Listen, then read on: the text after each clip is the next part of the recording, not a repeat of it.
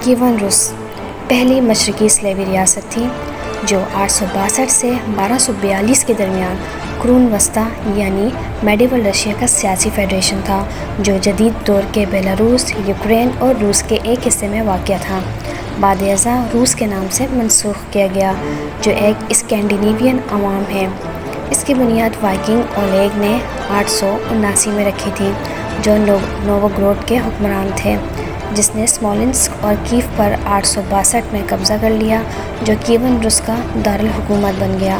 اپنی حکمرانی کو بڑھاتے ہوئے اولیگ نے مقامی سلیوی اور فیننش قبائل کو متحد کیا، خزارز کو شکست دی اور 911 میں قسطنطنیہ کے ساتھ تجارتی معاہدوں کا اہتمام کیا۔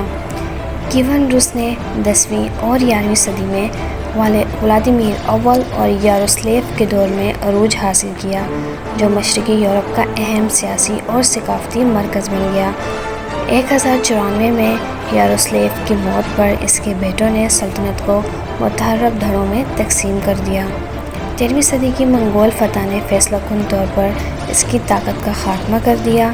کیون روس کا نام جدید دور کی 19ویں صدی کا عہدہ ہے، لیکن اس کا ایک ہی معنی ہے روس کی سرزمین، جس طرح یہ خطہ قرون وسطیٰ میں جانا جاتا تھا۔